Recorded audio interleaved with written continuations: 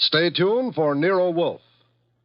If the chimes shudder a little on Sunday afternoon, well, they know there's mystery in store Sunday with men of action like Mike Waring, better known as the Falcon, who brings his fearless and romantic touch to the solution of another mystery. After the Falcon, it's high adventure. Then the big guy steps in. The new private eye Charlie Wilde concludes with a few casual homicides. The chimes mean mystery and action this Sunday afternoon on NBC. Transcribed. My boss is the smartest and the stubbornest, the fattest and the laziest, the cleverest and the craziest, the most extravagant detective in the world, Nero Wolfe.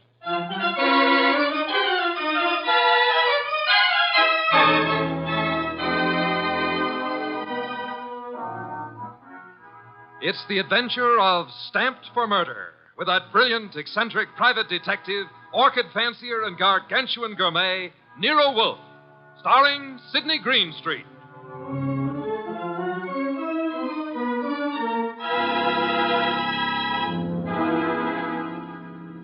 Instructions for this morning, Archie. Your notebook, please. First, Mr. Salinsbeck. Inform him that the Long Island peafowl he sent were most unsatisfactory. Peafowl's breast flesh is not sweet and tender unless it is well protected from all alarms, especially from the air, to prevent nervousness. Long Island is full of airplanes. Look, Mr. Wolfe, I shall want a dozen chickens that have been raised on blueberries and a fresh-killed lamb for tomorrow. Mr. Wolfe, please listen. There's... Mr. Goodwin, be quiet, and then dinner on the following day becomes a problem. Mr. Wolfe, dinner any day is going to be a problem if we don't pay Sausenbach's bill. Then pay it. With what? The bank account's empty. Ridiculous. There were $4,000 yesterday. But you bought that shipment of orchid bulbs from Winold Gluckner. Mr. Wolfe, we need money. You've got to stop eating and drinking beer long enough to earn some. Phew, you're an alarmist. Will you, for the love of heaven, stop turning down clients and turn an honest dollar? I've got a couple of prospects right outside the door. Send them away. No, sir. Send them away. Tell them I've gone to Egypt. Nothing doing, sir. Confound you, Archie. Obey orders. Send them away.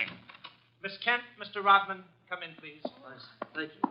Confound you, Archie. You're mutinous. Yes, sir, and you're stuck with it. This is Miss Gloria Kent and Mr. Rodman. They arrived as advertised with a pressing problem. Good morning. You people are here by sufferance only. I shall speak to Mr. Goodwin about it later. Yes, indeed. I don't like pressing problems, Miss Kent. What are yours? My father. Indeed, I'm not a court of domestic relations, Miss Kent. What did your father do? Beat you? Withhold your earnings? Discourage your suitors? Mr. Goodwin should have informed you this office does not undertake cases involving marital or family problems. But that's not... If Mr. Goodwin had not been beguiled by your pretty face, he might have warned you and avoided this embarrassment to you and annoyance to me. Now, take it easy, take it easy. How many times have I told you you don't know how to handle women? Then suppose you let Miss Kent handle me. Well, it's simply this, Mr. Wolfe. I had some money my mother left me. My father's just spent it without my permission. I want it back without a scandal. Thanks, Miss Kent. How much? How spent? $10,000. Father bought a treasure map. Indeed, from whom? A pair of swindlers named Cross and Halleck. They've driven him crazy, talking about fortune salvaged from the SS this and the SS that. He's got a map and old letters he studies. He's childish. Many fortunes have been recovered. Many more await on the sea bottom. How do you know your father has been duped? Well, I know. You do, Mr. Rodman. Yes. Cross and Halleck bought some old letters from me, written by my grandfather from Hawaii. They used them to manufacture the map and evidence. And that's what they sold to Kent. Father thought he was being so clever. He had the paper analyzed. Of course, the document research laboratory said the letters were genuine. They were. But something new had been added.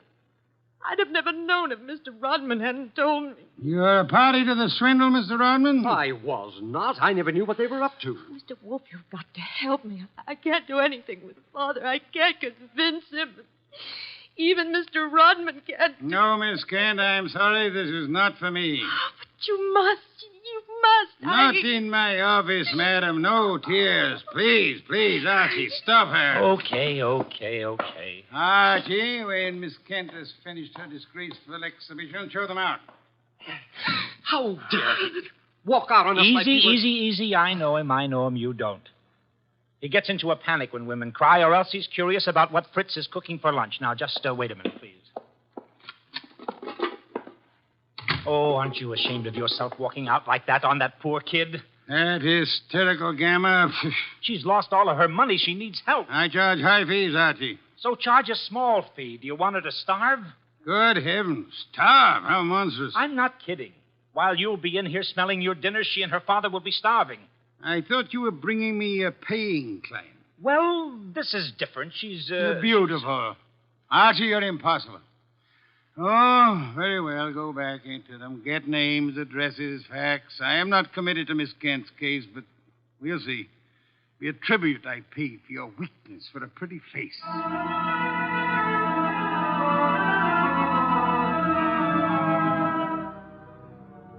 Rodman and Gloria Kent were gone, however. So all I had were the few facts they'd given me before they met Wolfe.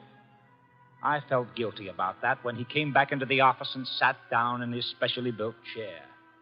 He closed his eyes, and I glared at him.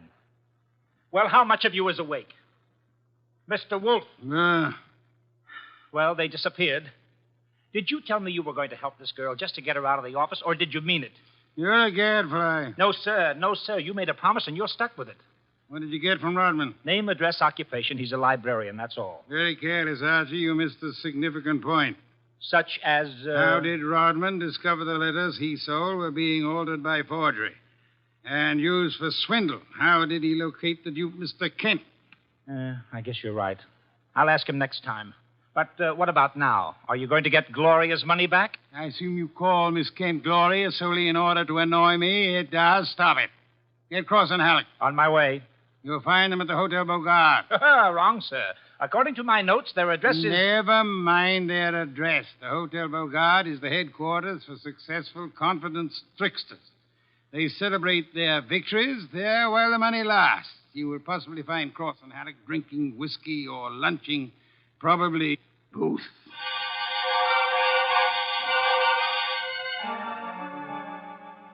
I located Cross and Halleck in the hotel bar and lured them back to our place on 35th Street. Wolfe was sitting behind his desk with his hands crossed on his impressive middle, at peace with his lunch and the world when I ushered them in. He sat bolt upright and scorched me with a look. Good afternoon, Mr. Wolfe. The tall one's name is Cross, the short one is Halleck. They want to help me invest my money. Gentlemen, Mr. Nero Wolfe. What? Who? Nero Wolfe. Hey, what is this? Confound you, Archie. How drunk are they? Not too drunk for business. Let's get out of here. Come on. Wait a minute. You want me to keep him here, Mr. Wolfe? Not by violence, Archie. Come back here, gentlemen. Unless you want 7 years in the state penitentiary. What? You got nothing on us, Wolf. Nothing. I have the Kent case. The Kent? That's a laugh. We're sitting pretty. You are not, sir. You imagine you possess legal immunity. Mr. Kent believes you a grotesque balderdash and will not sue for fraud. Miss Kent cannot sue because she is reluctant to accuse her father of wrongfully obtaining her money. Ergo, you think you're invulnerable. Now, listen. But you forget me. I'm a detective with a fee to earn. A big fee. Quiet, Archie. I am determined to get that fee. Therefore, as Miss Kent's agent, I can and will bring action against you. I'm indifferent to her tears or her father's disgrace. I'm indifferent to anything outside of money. You will return the $10,000 to me at once, sir, or you will be in jail by morning. You mean that? I do, Mr. Cross. Alec. Come here.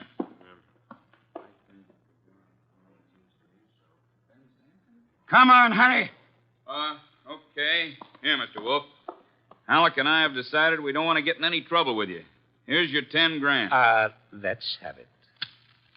Give the dough to Kent, Mr. Wolfe, and get the letters and map back for us. You've got a reputation for being tricky, but honest. We trust you. Come on, Alec, let's go. Well, how about that? Preposterous. No, sir. Take a look. $10,000, genuine coin of the realm. That man Cross is a fool. Does he imagine I'm to be fooled so easily? What do you mean he left the money? He surrendered too quickly, Archie. Too easily. And that money in the envelope he was carrying all ready to refund. Why? Well, maybe he's got a better sucker. I heard him mention a Ben Sanford. Nonsense. Does he need Kent's forged letters and map to cheat this Ben Sanford? Couldn't he prepare another set? I guess you're right. Something's fishy. In any event, it's no concern of mine, thank heaven. Why not? I'm not committed to Miss Kent in any way.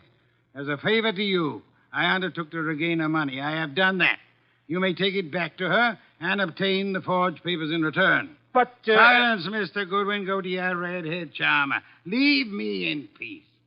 I intend to spend this afternoon with my New World Atlas.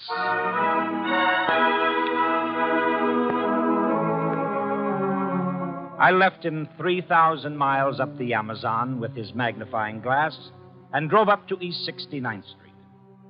The Kent house was a broken-down little brownstone, and as I went up the stoop, the door opened and Gloria Kent burst out like a skyrocket. Hey, Miss Kent, easy. Let go of me. Let go. What's wrong? Wrong. Nothing is wrong. Nothing at all. Well, how about seeing your father? You want to see my father? Come inside. Oh, for the love of heaven. Come inside, Mr. Goodwin. I'll introduce you. He's in a back room. Come right through the living room. What else came through this living room? A hurricane? No, Mr. Goodwin. Something else. There's my father, Mr. Goodwin. What in the devil? He's dead. His throat's cut. Father, this is Archie Goodwin from Nero Wolfe's office. He and his boss refused to help while they could. Maybe he can help you now. Stop it. All I'm good for now is revenge. That's all. Stop it and look at me. When did it happen? I don't know. When did you find him? Just now. Keep looking at me. Who went through this house like a hurricane? You? No. Where did you go after you left the office?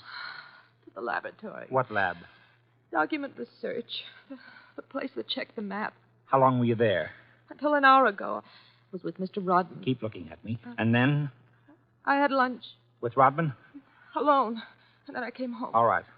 Now listen to me. I want you to go to Mr. Wolfe's house right now. Have you got a cab there? Yes. All right, take a cab. I've got to stay here, but I'll call Mr. Wolfe and tell him you're on the way. Now get.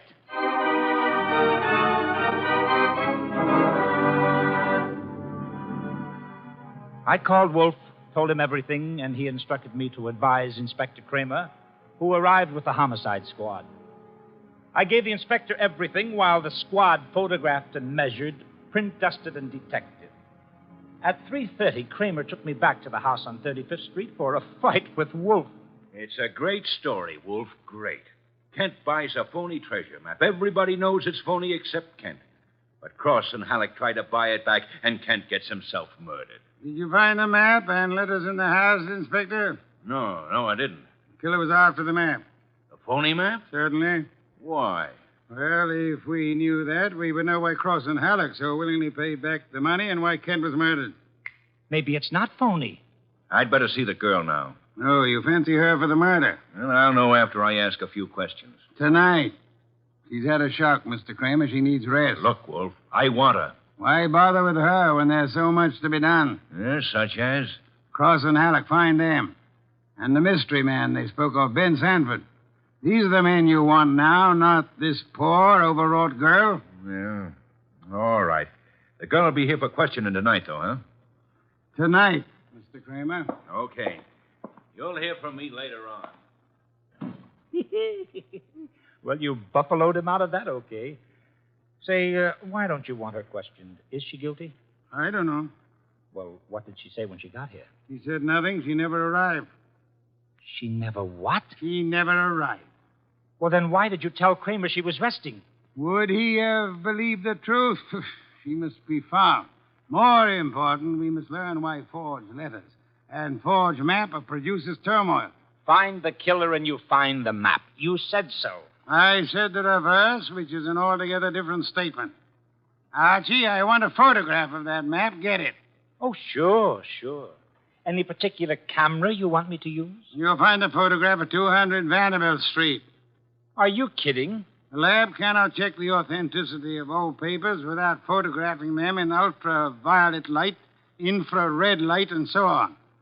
If this document research lab has examined those papers, they will have photographs. Get them.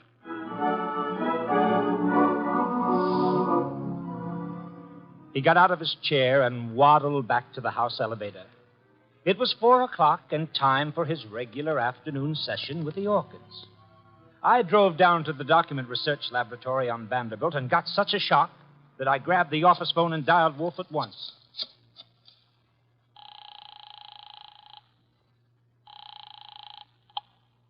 Nero Wolfe. Mr. Wolfe, Archie here. What's the matter? You lost? No, sir. No, sir, but I found something. Photographs? No, Mr. Wolfe, I don't think you'll ever see any photographs of the Kent map. I don't think any were taken. Indeed. But guess who runs the document research laboratory? No. Don't guess. You probably know. A man named Ben Sanford, and he's sitting right here looking at me. Bring him home with you. Home? But it's 4 p.m. This is the sacred hour when you pray over your orchids. Then Mr. Sanford can join the ceremony.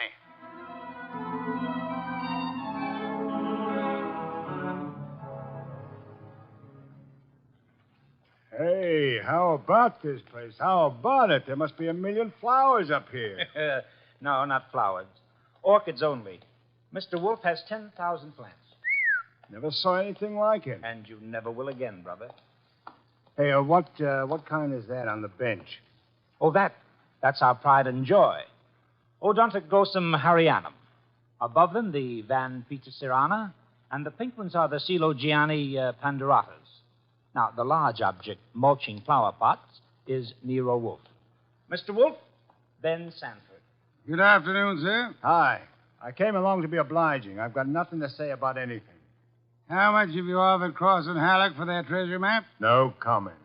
Mr. Sanford, I'm going to make some assumptions. I assume that you are not, in fact, a document expert, but an accessory to the fraud of Halleck and Cross. No comment. That you actually prepare fraudulent maps for those swindlers, and then, in the guise of an expert, guarantee their authenticity. No comment. But this you must answer. You did guarantee the authenticity of the map and letters Kent bought. It's on record. All right, I did. Then will you admit they were forged? What are you, a comic? No. You guarantee the value of the Kent map? Yes. As an expert? Yes. Then you've convicted yourself of murder. Murder? What is this? Mr. Kent was murdered, sir. Evidently for the map and letters he bought. But of all persons involved, you alone believe in the value of the map. No one else does. Therefore, you alone would have murdered Kent for the map. For the love of... Now, wait a minute. Chew it over, brother. Chew it over. Either way, he's got you. Okay, you want me to level? Here it is. Level, Archie. Okay, boss. Thief-type talk. It means tell the truth. It's like you say. The letters were bought from Rodman. I forged the map and evidence onto them. I guaranteed them to Kent. It was a swindle. The letters are without value? Oh, sure, they're old, that's all, from 1851. Just tired family gossip and stuff. Indeed. There we have the problem again, Archie. Mr. Kent is swindled with a map and letters that are known to be worthless. He alone believes the fantasy of the treasure. There isn't any treasure, never was. Yet Cross and Halleck refunded the swindle money so eagerly. It is obvious they want those worthless documents back badly. Someone else wants them so bad he murders Mr. Kent. Why? I don't know. Archie, we must find the girl. There's a chance she turned to Mr. Rodman for refuge. I'm sorry you'll have to go there at once. If the girl isn't there, bring Rodman.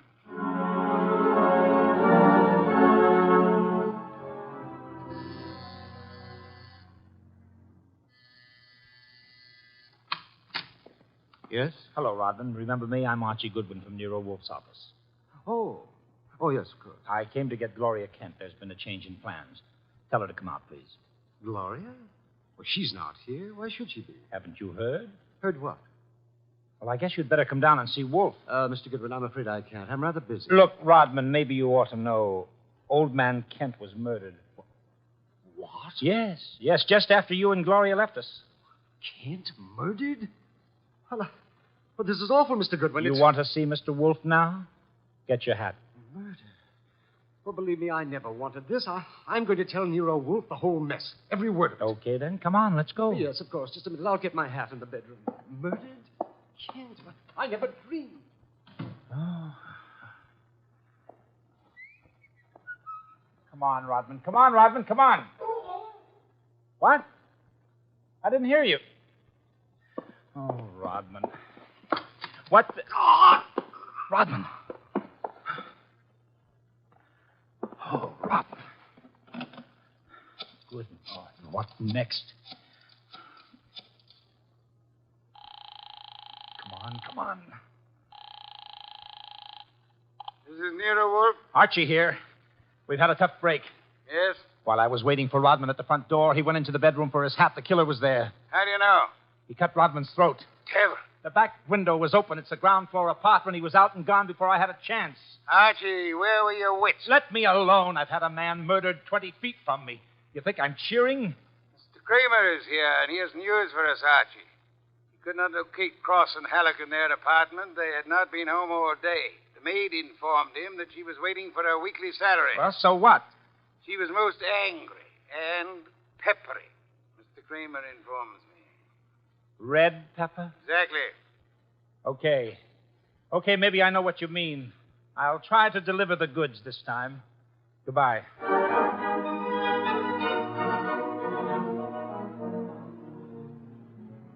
I drove down to the apartment house on Gramercy Square where Cross and Halleck lived, took the elevator up to the 10th floor, found the right door, and slipped in with a passkey.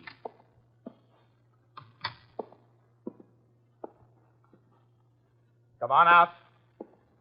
Come out wherever you are. I know you're in here. You fooled Kramer pretending to be the maid, but you didn't fool Wolfe.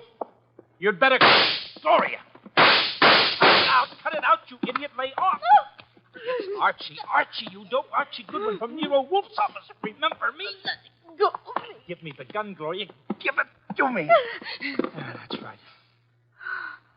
Who did you think I was? Halleck. Oh, brilliant.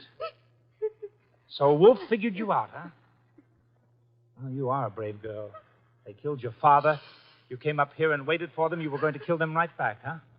Oh, that red-headed temper. And you bluffed Kramer into thinking you were the maid. I had to do something. It was the only thing I could think of. To come here and kill him. Well, you're coming home with Archie. And just remember one thing. When Wolfe's working for you, don't try to do any thinking. It only gets in Wolfe's way.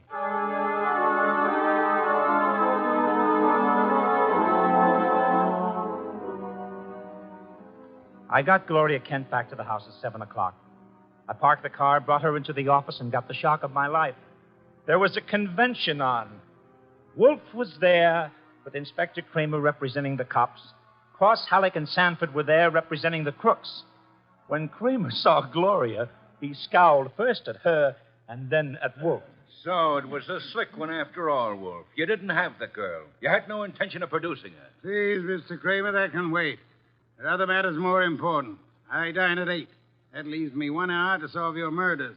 Murders? More than one? Yes, 2. Elmer Rodman. By heaven, Goodwin, if you... Please, Mr. Kramer, not now. First, Miss Kent. Good evening, Miss Kent. I presume you have met these gentlemen, Cross, Halleck, and Sanford? Yeah, I'll take your purse, please. Well, why? Don't think me as naive as Mr. Goodwin, miss. When you left your home after the murder of your father, you took the map and letters with you. They're in your purse Well, now. that's not true. Archie, the purse. Thank you. We have here an interesting situation. There exist some old letters and map, forged and fraudulent. They're worth $10,000 and more to Cross and Halleck and worth 2 murders to a killer. Why? There must be something of great value in the letters. Yes, such as? Something which Mr. Sanford could not see, although he worked on the document closely. Yet something which could be made manifest. What is the answer, Miss Kent? You know it? I swear I don't. Secret writing, Archie. Bring the chafing dish from the dining room. Right. Secret writing? I saw nothing when I worked on those letters. Naturally, Mr. Sanford, the writing is invisible. But heat is an agent. It makes most forms of secret writing visible. The chafing dish, boss. Thank you, Archie. Place it before me and light it. Right. Now I open Miss Kent's purse. From it, you see, I withdraw these ancient letters which he took from her house after her father's murder. That's not true. Archie. That's enough, Gloria. That's enough. From now on, you just listen. We remove the letters from the envelope and toast them gently. The secret ink vintage 1851 will easily succumb to the agency of heat. Careful. Those envelopes will catch fire. Hey, they've caught. Don't be upset, Mr. Cross, Mr. Halleck. The envelopes. They'll burn safely in the dish. We can concentrate on the writing. Watch closely. I don't want to be accused of trickery. You fat fool. The envelopes are everything. Put them out, Sanford. Don't sit there. Put them out. Why, Mr. Halleck? Well, the stamps, the missionaries, are worth a fortune. The missionary. Of course. You know that. Mr. Cross knows. So does Mr. Sanford, right? Yeah. Cross Sanford knows, you old fool. Let me... Mr. Sanford is not alarmed. Why not, sir? I don't know what you're talking about. $50,000 or $100,000 is burning before your eyes, Mr. Sanford. Cross and Halleck are burning their fingers, putting out the flaming envelopes. And you sit there quite indifferently. Why? Well, You know the value of the missionary stamps on the letters you bought from Rodman. But you know these aren't the real letters. Isn't that it? Not the real letters? I told you I'm tough to crack, Wolf. You didn't fool me with those dummies. Dummies, how do you know? Mr. Cross didn't know. Mr. Halleck didn't know. How did you? Well, I'll tell you, sir. Only one man could know I was framing Miss Kent as a decoy. Only one man could know I prepared these dummy letters and pretended to take them from her purse. And that is the killer. The man who murdered her father and stole the map and letters this morning. You, sir, Mr. Sanford. Well, I'll be... Mr. Kramer, there's your killer. You'll find the missing map and letters on him or concealed in his home or office. You won't need the evidence anyway. Look at his face. He's self-confessed. Self-confessed like fun. He was booby-trapped.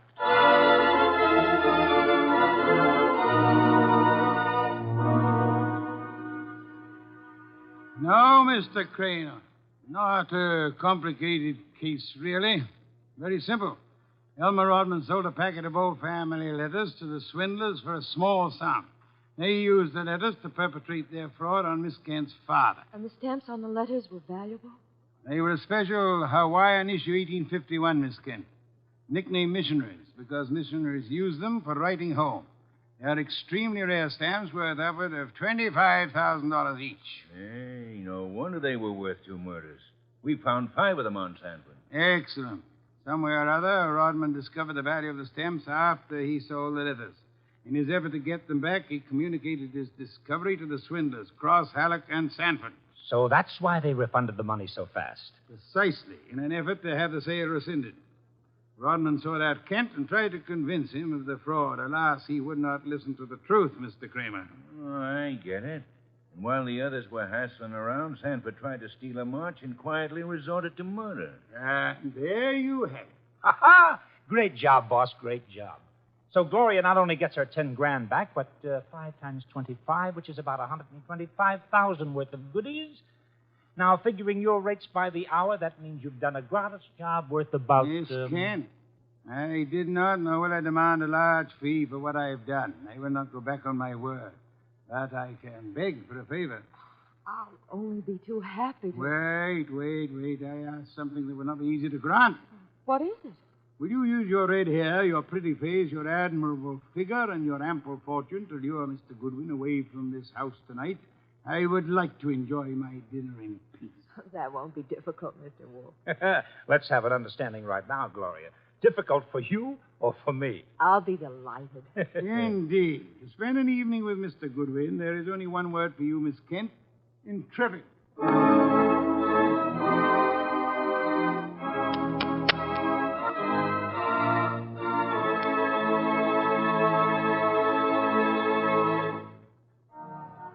You have been listening to The New Adventures of Nero Wolfe, starring Sydney Greenstreet. Tonight's story by Alfred Bester was based on the famous characters created by Rex Stout, produced by Edwin Fadiman, and directed by J. Donald Wilson. In the cast were Wally Maher as Archie Goodwin, and Gene Bates, Howard McNair, Jay Novello, Larry Dobkin, Bill Johnstone, and Herb Vigran. Music by Joseph Enos. Next week at this same time, Nero Wolfe and Archie will bring you The Case of the Careworn Cup. Don Stanley speaking.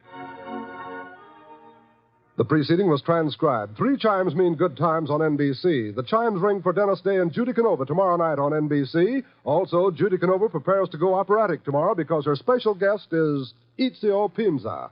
This is Chester William Bendix Riley. The Man Called X follows on NBC.